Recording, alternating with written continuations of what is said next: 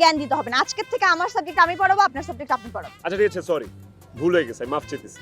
এরপর থেকে যদি তিশা অঙ্ক না বুঝে ফেলও করে আমার কিচ্ছু যায় আসবে না। হ্যাপি? দেখেন আজকে আমার মনটা খুব ভালো, এই জন্য আপনার সাথে জমায়ে ঝগড়া করতে পারতেছি না। অন্য কোনো দিন হইলে আপনি ঝগড়া করে আমার সাথে পার পাইতেন না। আর আপনি একটু ঝগড়াটে আছেন, বুঝছেন? ঝগড়া টগড়া কম করেন। এরকম ঝগড়া হইলে জামাইয়ের ভাত 2 দিনও খাইতে পারবেন না। 2 দিন কেন, 1 দিনও খাইতে পারবেন না।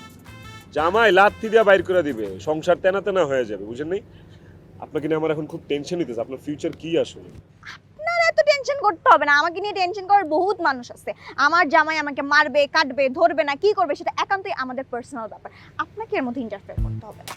মাথা তো আমি ঘামাইতে চাই না, কিন্তু কি করবো, আমি মানুষ, আপনিও মানুষ। মানুষের পাশে দাঁড়াবো না, উপদেশ দিব না, অন্যায়ের প্রতিবাদ করবো না, এটা তো আমার অভ্যাস।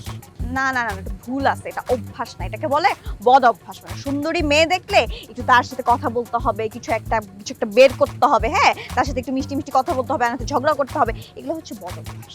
কে সুন্দরী? আপনি সুন্দরী? আচ্ছা এবার তাহলে একটু অন্য দৃষ্টিতে দেখি আপনার দিকে, দেখি আপনি কেমন সুন্দরী। ঠিকঠাক আছে, ভালো আছে, কিউট একটা ছোট্ট একটা ফেস, একটা মরিচের মতো নাক, লাল হয়ে আছে। না সুন্দরী আপনি, ঠিকঠাক ভালো, কান দিতেও সুন্দর।